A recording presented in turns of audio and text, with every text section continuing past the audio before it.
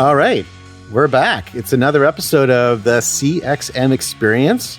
And as always, I am your host, Grad Khan, CXO, Chief Experience Officer at Sprinkler. And today, as I always love our interview shows, but I am particularly chuffed today, I have on today's show Peter Goldie. He'll introduce himself and talk a little bit about his background because I won't be able to do it justice, but he's a category designer. And when I first started at Sprinkler 3 years ago, one of the very first things I asked everyone on my team to do is to read a book called Play Bigger. And if you've not read Play Bigger, stop this podcast right now, download it on your Kindle and read it, and then come on back and we'll kind of continue from there. I'll just wait a second here. You done? Okay, good. All right. So Play Bigger is a really influential book. It's been out for a few years now, but it's gathering momentum on its influence. And the basic concept of Play Bigger is that brands, products, or companies that define a new category and become the design standard for a new category derive most of the profit from that category. And there's a whole bunch of things like Gorosky curves and sort of other very interesting concepts, which we'll dig into with Peter. But for now, just this is all about how do you dominate in a category in tech. And I think the biggest influence that Play Bigger's had, from my perspective, is really changed the way that VCs invest. And so the principle of Play Bigger is that say in the dot-com years, someone would invent a category, say eBay, come out with online auctions, and the VCs would rush to invest in a lot of Me Too's. So you'd see a lot of secondary companies thinking that they might get gobbled up or they'd grab some sort of secondary market share.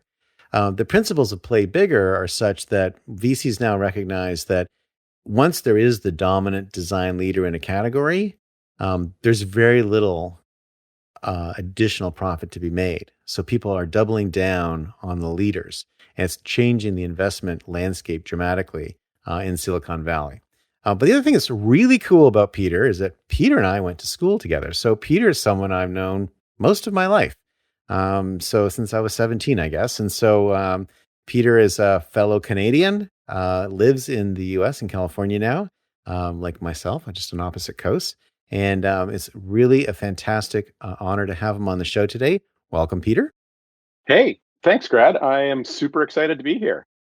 Well, it's really quite amazing, actually, that we're having this conversation. It's funny how life is and how, I don't know, it's funny how circles interweave. But let me let you start for a second. Just do like a capsule history of the Peter Goldie story here. Like kind of what was your journey from, Commerce 85, leather jacket wearing, to sitting in your home in California today, and then just give people a sense of your background and experiences and the journey you've been on. Okay, well, for 25 or so years, focused on growing software companies in tech, and focused on a variety of skill areas. I was doing product management, product marketing, and then a bunch of exec roles as DPs and GMs and CMOs and that kind of thing. And I was super lucky to have been involved in building a couple massive categories that didn't exist. And, we can talk about some of those to whatever degree. And then 5 years ago, I kind of switched from player to coach. And I work on helping leadership teams do this category design process. And it was all precipitated by the publishing of the book, Play Bigger. And having worked on one of the stories in the book at Macromedia with authors of the book, Al and Chris and Dave, we all worked on this experience campaign to build out Macromedia's presence as evolving from, at least the Flash business, evolving from an animation tool to a user experience design tool. Mm-hmm. Well, it is an amazing journey you've been on. It's so cool. It's funny how life is so unpredictable. I remember when you went into tech. I mean, you were early, very inspirational to me. Actually, it took me a little while longer to get my courage up to leave. But you were very inspiring to me to kind of get after the thing that you had passion for. So I was. I'll just leave you with that for a second. But let's talk about the Macromedia story because it is in Play Bigger, and I think the essence of category design is to. I mean, correct me if you disagree with me here, okay? But I think the essence of category design is to almost elevate your company's product or the thing that you're making from the thing it may be doing today to the thing that it may be able to do tomorrow. It's almost like it expands or widens the field of its possibilities. And that's what it feels like happened at Macromedia. But I wasn't there. I wasn't on the inside. Tell me what a little bit that was like and what you were trying to do and maybe what inspired you to try to create a new category. What was the impetus to do that in the first place? So when we were working at Macromedia, we had a whole bunch of web tools, Dreamweaver and Cold Fusion and Flash.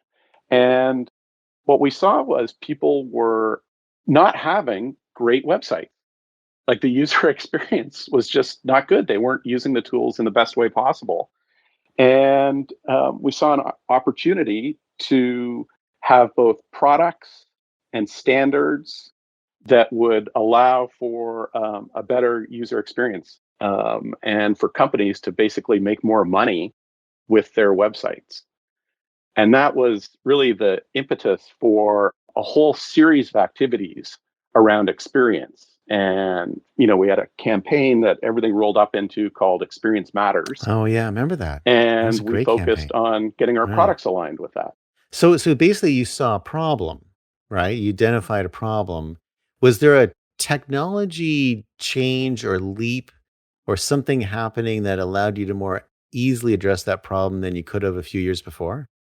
Well, we happen to have a technology that was unique in that in the Flash platform. And what happened with Flash is we had a very efficient way of transmitting data from the server to the client. So from the backend servers to the web page.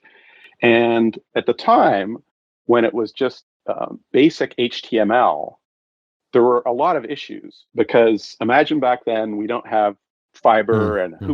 super high speed broadband. People are still using modems. The Yeah. internet is slower, and web pages would take a long time to load. And we had a technology that made that work a lot more smoothly and a lot more quickly. And the opportunity was to have web pages react and load better, and also to start to provide multimedia as opposed to those old gray pages with the blue and purple links and large text.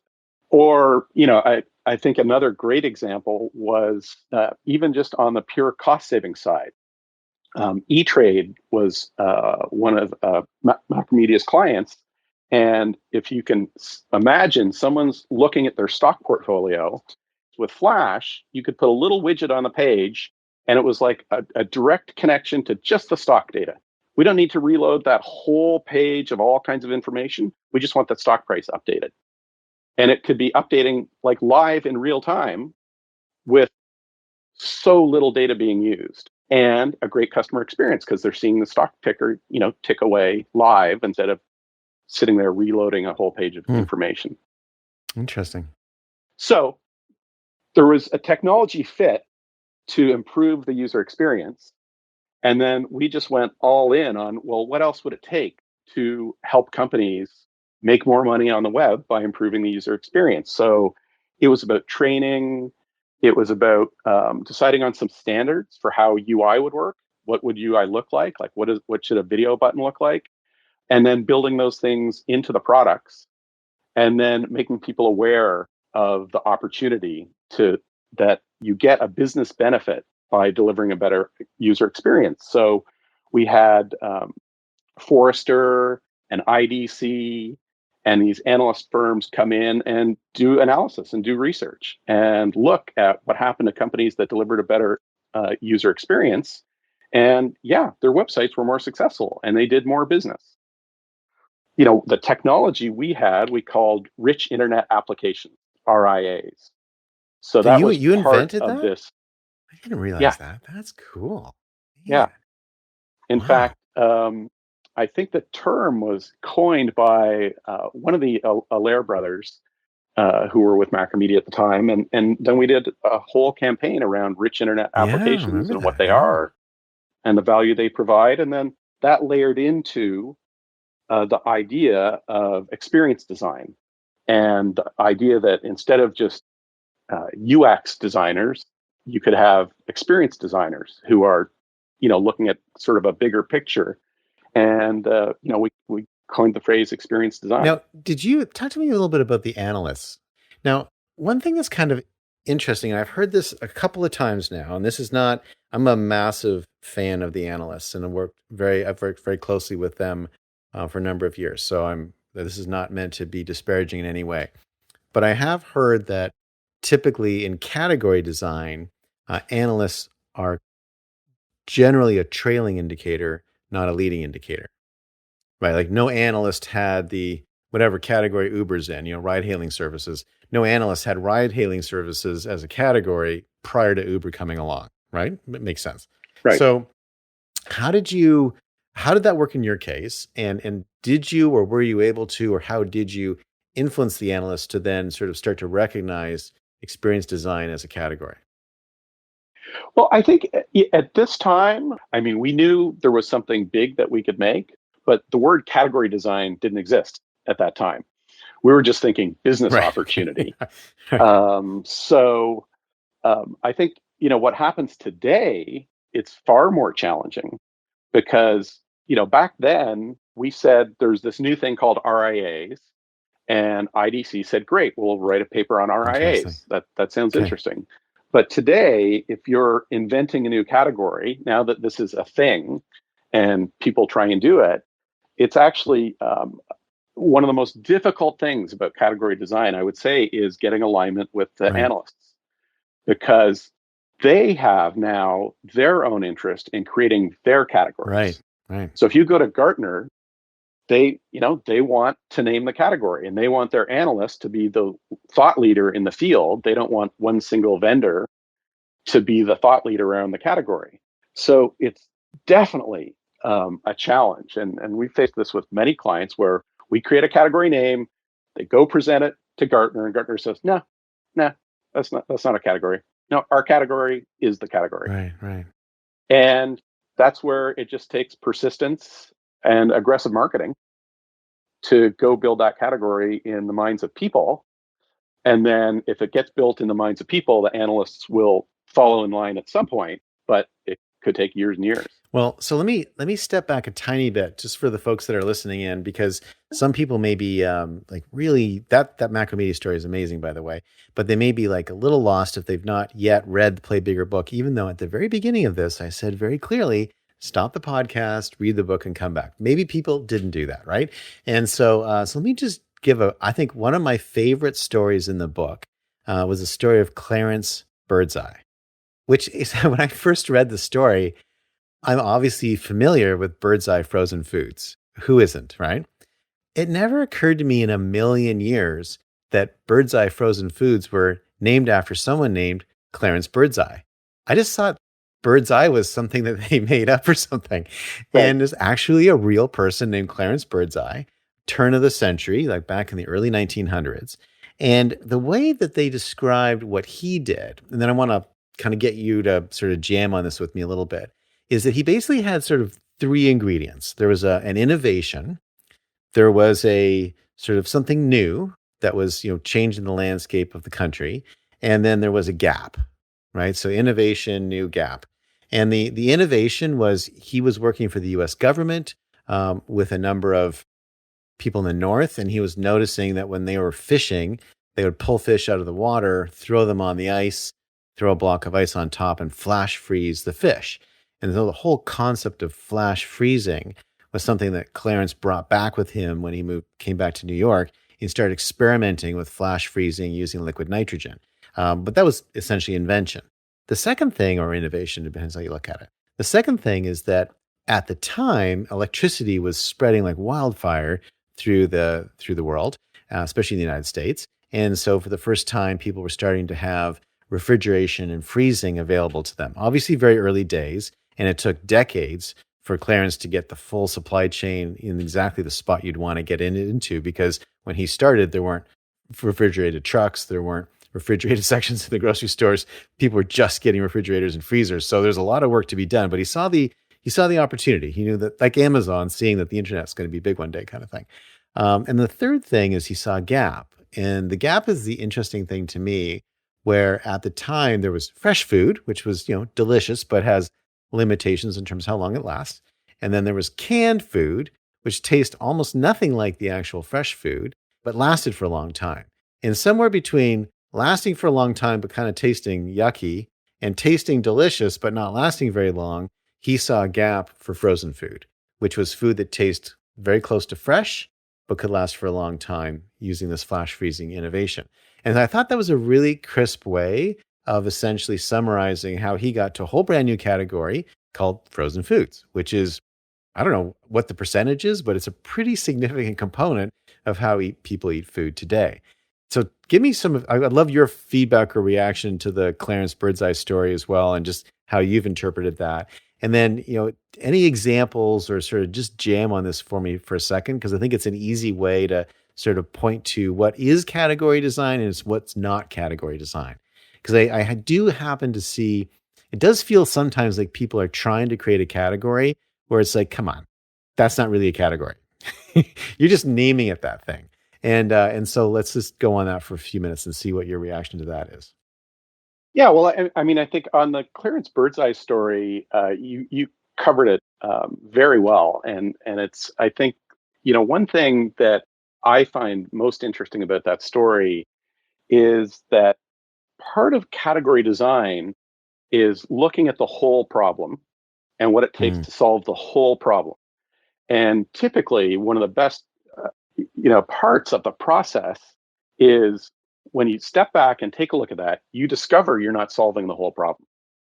And uh, typically, a company going through the category design process formally will end up with a altered product plan in one way or another. Interesting. Wow. Okay. So that's one of the side benefits and parts of the process. And I think in the bird's eye example, it's when you look at that whole problem, there's what you can solve, but then there's the bigger ecosystem of what has to happen around you to support you solving that problem.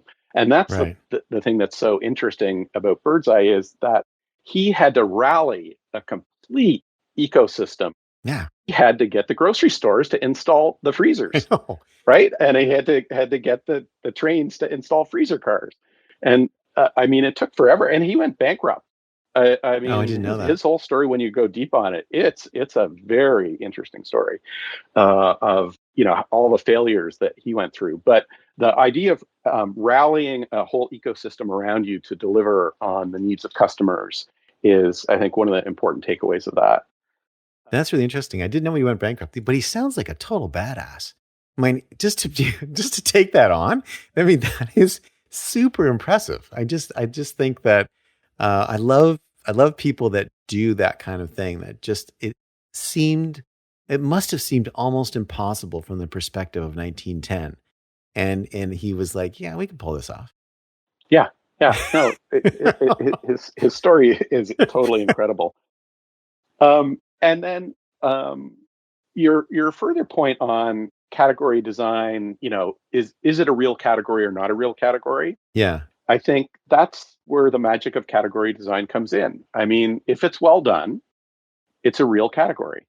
And a real category can be created with words. It's not necessarily about product or brand. If it hangs together and tells a compelling story and it makes sense to customers and investors, then it's a category. And there's no reason, categories can't be subcategories or adjacent categories to existing categories. So, when you think of some of the original examples, also like from the book, Salesforce, when they were invented, CRM was a category, Right. but cloud CRM, well, that's kind of a different category. That's a Right. spin on CRM, and cloud CRM is a huge category. Right. Right. We've created a lot of categories where it's really just using words to differentiate the value you're providing. So, for one example, there was a company that was in the workforce management space and had a time and attendance set of products. So that's punch clocks and timesheets and things like that. Yeah. And that's what Gartner would call them, time and attendance vendor. And we said, well, we want to deliver more value to clients than just punch clock time. And we're going to create a new category, and we're going to deliver time intelligence. Oh, interesting. So the Okay. category is time intelligence.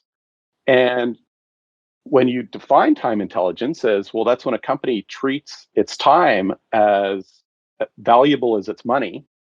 When you think of your finance Right. departments and everyone counting the money, and then you might want to have time intelligence. And that's a new category of products. So our products that we deliver are going to give you time intelligence, and that's going to help you figure out, are you spending your time wisely? If you have 2,000 employees, you have 1,000,000 hours at your disposal Mm. each year, and are you spending those hours Mm. wisely?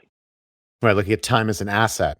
Yeah. Totally. And so this company, Replicon, they say they're in the time intelligence category now. And yeah, it's just words, it's made up, but it's meaningful because it's defining the value they provide. It's a different way of thinking. It's a different kind of product for customers to buy. It's in its new category. And another interesting thing about that is it again led to that idea of, well, what does that mean for your products and services if you say you're in this bigger, more important category now? So, what happens when everybody's trying to create a category? Like, eventually, you get to some sort of burnout rate on this, right? Like, I saw the other day a car company had a new car, and they said it's a CUV, and my immediate reaction was, "No, it's not. That's not a thing." Okay, you just made that up. It's not a real thing, and I'm not gonna. It's a small SUV. That's what that is. It's not a CUV. Okay, and I said, what happens when it kind of there's a burnout on category design? What comes after category design? Have you I'm sure you must think about this all the time. Is there sometimes what happens is the pendulum swings one way and there's value in swinging it back again and catching it on that early part of the arc. Any thoughts on that? Or I'm sure you've had some beer debates on that with your fellow category designers. The purpose, I mean, down at the core of category design, we haven't really talked about this much yet, is to not be slogging it out with competitors. Because, who wants to enter a market space and have Mm, 100 competitors and be scrapping for 3% market share? The idea behind category design is, if you can show that you solve the problem successfully and that it's a nuanced or different problem and a different solution than other people are providing, then you have a unique category. And there's the opportunity to have a new category. I mean, there's any number of ways you can split up the pie of people buying products and services. And if you have your own category that's different than what other people are doing, and they want that problem solved, then they have nowhere to go but you. Now, there might be some substitutes that are in very similar adjacent categories, but if they really, need to solve the problem and you're solving it for them, then you are mm. the solution. So I don't see categories going away or people not being able to introduce new ones, except if you do it poorly. Right. Well, it's like there's always this accepted wisdom, right? You can't do this or you can't do that, and then someone does it. So it's like, you can't break the rules unless you break them brilliantly. It's a kind of a classic trope in entertainment and in music and stuff like that. One of my favorite examples is on Broadway. And, if I were to go to a producer, let's say, how many years ago would this have been? Maybe 6 or 7 years ago. If I went to a producer 6 or 7 years ago, so, mid 2010, 12, 15, somewhere in that zone. I said, I've got a great idea for a musical. And they're like, okay, what is it? I want to do a musical about 9/11. Mhm. It'd be like, dude, get out of my office right now. Like right now. Okay. I got people coming in here to get you out of here unless you get out of here like skedaddle. Okay. And then they did Come From Away, which actually is, Canadian born in many ways. And it's brilliant. It's an amazingly brilliant way of doing essentially a musical about 9/11, but it's not, they brilliantly glance off the side of it and tell essentially a different story, which is about the amazing people in Gander, Newfoundland, who is very much a human story of caring and love against the backdrop of 9/11, but far enough away that you can actually deal with it, right? It's still very emotionally impactful for a lot of people, but you can sort of get there. And so I think that's true in a lot of fields. It's like in medicine, people are constantly being told that's never going to work, or that procedure's crazy, or that's insane, and then it becomes a standard, right? So let's talk a little bit about category design. You're a category designer now. You've been doing this for a long time. You've actually done it, in real space. Not just as a consultant, but you actually did it in real life, and then you've gotten to play with the Play Bigger team for a long time. So if I'm a business, there's kind of a bunch of questions that I might have. So let's assume I'm a tech startup of some kind. The first question I'm thinking, and I've invented some technology and I'm thrashing away and I'm kind of starting to try to get some customers. At what point should I think about engaging in a category design process? Kind of what size company am I? Where's my product? That's kind of the first question. And then what I'd like you to do is just take me through, once that stage is kind of encountered, then what does it feel like? What's that process feel like? And how long does that take to get to a point where I feel really comfortable about talking about time intelligence, for example? Well, I mean, from a stage standpoint, absolutely right away in the Oh, as beginning. early as possible. So as early as possible. And there's a concept in Play Bigger called the magic triangle, which is product, company, and category as 3 points of a triangle, all needing to work together at the same time. So the traditional thing that happens is you start a tech company and it's all about product market fit. I'm going to do lean startup. We're going to search for all of that product thing, and then you think about, okay, what kind of company do we want to have? Where are we going to be? What's our culture? All of that, and then categories could be something that you never think about ever, or you think about way down the road. But the opportunity to think about category right out of the gate is to get the company right and the product right to fulfill that category vision that you can create. So I would encourage anyone to start immediately on category design, but that doesn't mean hiring people. You just, read the book. Yep. The book's a DIY guide. Right. You don't need to hire people. Just do that thinking, because it's super helpful to set you up to be in the right place. But the process, if you engage someone to help you with it, is to basically work through 6 or 7 steps of the process of creating the category, and there are deliverables along the way for each of those. And nowadays, it would be Zoom workshops. So I just finished up a project that was 7 Zoom workshops over a 4-week period, and lots of work in between. And the stages of category design are digging into the problem. So we'd spend a workshop, talking with the founders and the key folks about what's the problem we're trying to solve, go super deep on the problem, and then start to explore what's the right solution to fit that problem. And if you really get the problem really well defined, the category name emerges. Mm. You figure out Mm. what that category is. I mean, it may take brainstorming hundreds and hundreds of names, but you get to a name for the category.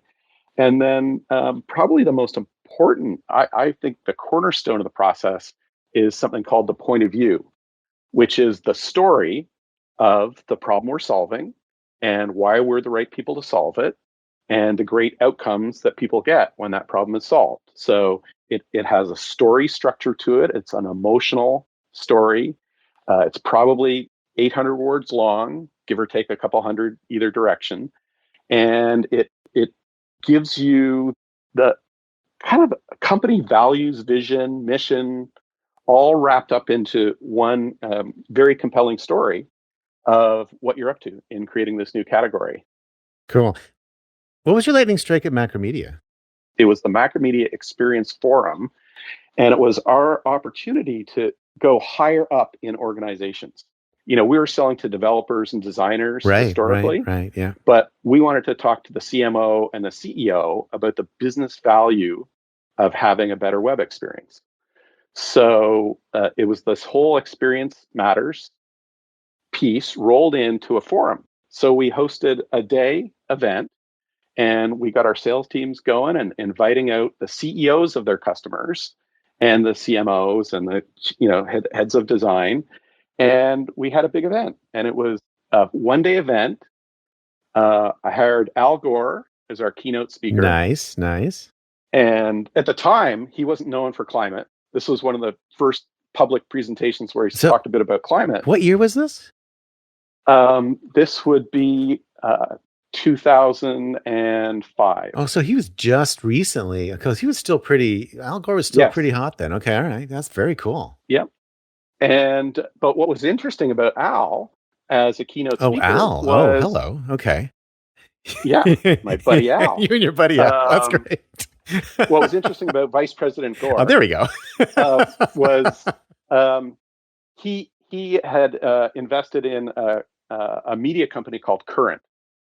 And it was a hip new media company, and they used Flash as their platform and had a great experience. So that's what he was there to talk about in theory, although he is not someone you can control as a speaker, and he definitely spent a lot of time talking about how to hypnotize chickens on the ranch. And really, that's awesome. Yeah, it was amazing. He was great. That's great. But we also had a lineup of other great speakers. We had Tim O'Reilly. Yeah, nice. I know Tim well. O'Reilly. Yeah. So, and Tim's a great speaker. He is, yeah. And extra interesting about Tim was he was in Europe at the time, and we webcasted him in using our technology, which was called Breeze, which was a Flash-based video conferencing service. And that was all new at that time. Yeah, wow. Like, video conferencing wasn't a big deal. So he presented from Europe, and that was really cool. And then actually this Forrester analyst, Harley Manning, gave a presentation as well. So we had this great day. We had CEOs in, and we launched this whole experience design thing, and it worked out great. That's an awesome story. I love the chicken hypnotizing. I gotta look into that. So just so let's come back. I want to come back to category design for a second. And then I want to wrap up with some of your thoughts on the end of Flash. So, because I heard there were some interesting parties and stuff like that. So we'll come back to that in a second. But this idea of starting with the problem, you've mentioned this a number of times. Do you find that most companies are not clear on the problem that they're solving, or they're not clear on the bigger problem that they could solve? Yeah, surprisingly, they're not clear on both of those, because it's just, you stray away from it when you get started. It's like, what's the problem we're solving? But then it's all focused on what do we have? Yeah, what do we have, and how does it work, and how can we make it better? And there's not often a look at stepping back at what is the bigger problem, and it's just clarity around the problem. Like going that level deeper, in marketing, I mean, it's that classic, what's not the benefit? Let's go for the next benefit, the end benefit, and the end benefit. Right. So it's doing that kind of exercise around the problem and just going that layer deeper. And it usually leads to some great insights, or at least clarification of we're solving a bigger problem or a more important problem for people. If I'm on the $25 plan, right? I'm not, but just, this is theoretical. If I'm on the $25, the $24.99 plan, I've purchased the book, and I'm suspecting that maybe I haven't fully identified my problem. Are there any tricks or exercises or sort of thought exercises that I can go through to alter my mindset? Because what I find often is that, everybody that I work with in this sector are super smart, right? Like we're working with super smart people all the time. So the barrier is not like an intelligence barrier. The barrier is a mindset barrier, right? We get locked into ways of thinking that we're not even aware of some of the invisible, chains that we've kind of bound ourselves with. So if you're trying to break that mindset and you're trying to get outside your features, your today's product, your today's customers who are screaming at you, all that kind of stuff, you're trying to get to that higher order problem. How would you coach someone to do that on their own? Well, the technique that we use that works very well is it's about having multiple people involved. So it's not just your brain. So Hmm. what we do is we have everyone on a team write out what is the problem that you're solving. Okay. It's a good And start. Yeah. but then when they do that on their own and you throw up seven people's answers, they're invariably different. And then you get into a robust discussion of the differences and the commonalities. And that's kind of the discussion that leads to a redefinition of the problem. But it's about the communication side and everyone, sharing their differences of their ideas and the way they view a problem. That's the discussion that leads to a better problem definition. That's very cool. Yeah, I interview a lot of CMOs on the CXM experience, and one of my favorite things is to ask them what's their definition of marketing. I never Right. had a single CMO say the same thing. So, all right, so we're on time, and you've been incredibly generous with your time, so I want to thank you for that. But before we wrap, so Flash has been discontinued. Just what are your feelings around that? Emotions around that? How did you deal with that? What's the is there a bottle of Jim Beam just out of the camera right now? Like, what was the, how do you react to something like that when you put so much of your life into something and then it happens, as happens so often in technology, one day it just simply disappears? Yeah, I mean, it really was, a meteoric fall that Flash had. I mean, when I was working on the business, we got to 1 billion users. Right. And it was Right. the largest software footprint on the planet. There was Yeah. no software that people had as substantially as Flash. So and ultimately, I think, and it's kind of covered in the book. Al talks about it a bit in the book, the downfall of Flash and some of the mistakes that were made that caused that. But yeah, for me, it's definitely emotional. I mean, my license plate on my car is Flash MX. Are you serious? That's Yeah. awesome, dude. So That's awesome. because that was a big launch for me. So yeah, it's definitely bittersweet. I mean, the technology was not in shape to deal with security and the way things need to now. So so that was sad. But it's just it's a clear sign to move on. Maybe I need a new license plate now.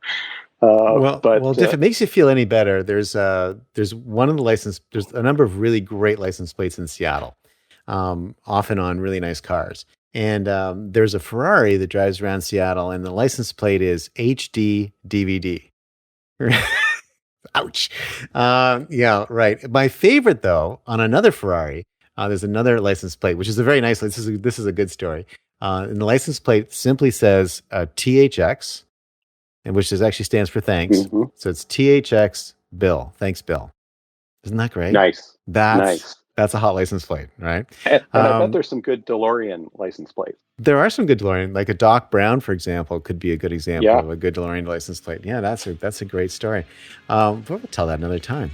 Well, Peter, it's been a real honor having you on today. It's great seeing you again and great catching up, and I'll look forward to seeing you many times more in the near future. I'm going to thank Peter for being on the show today and for the CXM experience. I'm Grad Conn, CXO at Sprinkler, and I'll see you next time.